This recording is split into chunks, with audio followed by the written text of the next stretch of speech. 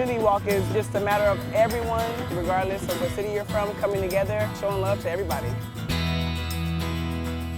Doing this unit walk means so much to me, and all the different cities and towns that come out to participate in it. It just sees how we can unite together as one.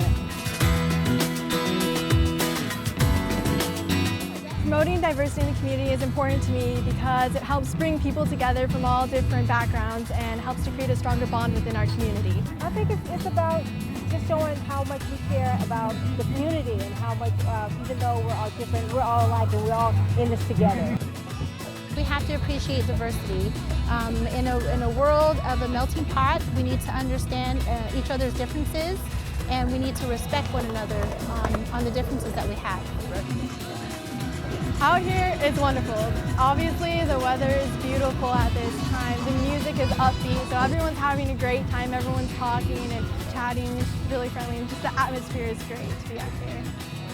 It is coming out to appreciate one another, to celebrate others around you, and to know that there are people who are different from one another, but we like each other.